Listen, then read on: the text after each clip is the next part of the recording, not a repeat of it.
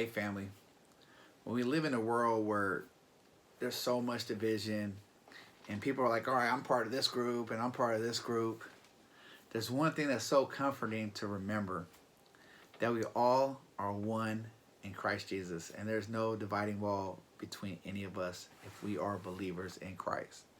And Paul, as he's sharing with the church of Corinth, who was experienced a lot, like the Gentiles were getting saved, the Jewish people were like, they couldn't understand or fathom how they could be saved without, going with the Jewish culture.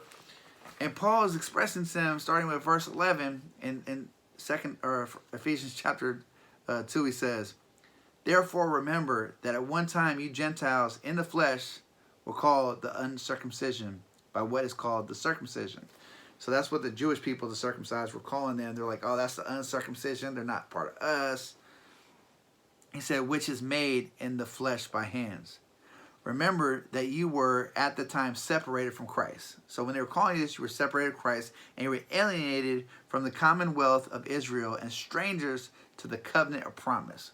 The covenant to God's people, the promise of what he gave them. It says, having no hope and without God in the world, but now. It says, but now in Christ, you who once were far off have been brought near by the blood of Christ.